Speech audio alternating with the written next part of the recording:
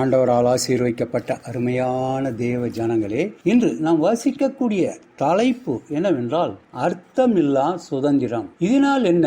நாம் நியாய பிரமாணத்திற்கு கீழ்ப்பட்டிராமல் கிருபைக்கு கீழ்ப்பட்டிருக்கிறபடியால் பாவம் செய்யலாமா? கூடாதே.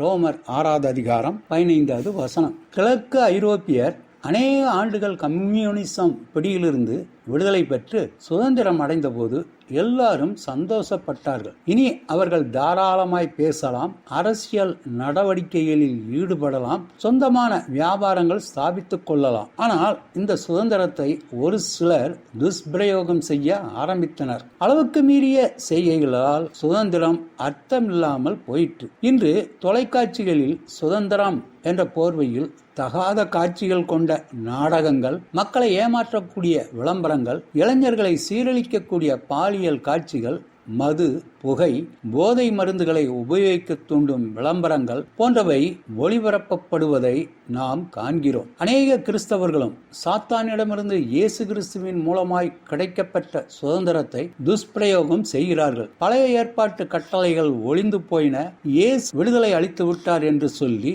பழைய பாவத்திலேயே வாழ்ந்து கொண்டு இருக்கும் கிறிஸ்தவர்கள் அநேகர் இருக்கின்றனர். எந்தவித பாதிப்பும் இல்லாமல் பாவம் செய்து கொண்டே கிறிஸ்தவர்களாகவும் இருக்கலாம் என்று சிலர் நினைக்கின்றனர். அப்படி நினைக்கின்றவர்கள் நிச்சயம் கர்த்தரால் தெரிந்து கொள்ளப்பட்டவர்கள் அல்ல. அவர்கள் இன்னமும் பாவத்திற்கு அடிமையானவர்கள்தான். நான் நியாயம் தீர்க்கப்படும் போது உலகத்தோடே ஆக்கினைக்குள்ளாக தீர்க்கப்படாதபடிக்கு கர்த்தராலே சிட்சிக்கப்படுகிறோம். 1 கொரிந்தியர் 11வது அதிகாரம் 32வது வசனம். கர்த்தர் தாம் தெரிந்து கொண்ட பிள்ளைகளை சிட்சித்து வழிநடத்துகிறார். நாம் தவறு செய்யும் போது நம்மை திருத்துகிறார். கர்த்தர் எவனிடத்தில் அன்பு கூறுகிறாரோ அவனை அவர் சிட்சித்து தாம் சேர்த்துக் கொள்ளுகிற எந்த மகனையும் தண்டிக்கிறார். எபிரேயர் 12வது அதிகாரம் 6வது வசனம். பாவம் செய்யும் தன்னுடைய பிள்ளைகளை கர்த்தர் தண்டித்து சரியான பாதையில் கொண்டு வந்து விடுகிறார். கீழ்ப்படியாமல் போகும் பிள்ளைகளை அடித்து திருத்துகிறார். தேவன் நம்மை பாவத்திலிருந்து விடுதலை பெற்று தந்த சுதந்திரத்தை பாதுகாத்து நேர்மையாய் நடந்து நல்லவைகளை மட்டும் தெரிந்து கொண்டு கர்த்தருக்குள் நிலைத்திருந்தால்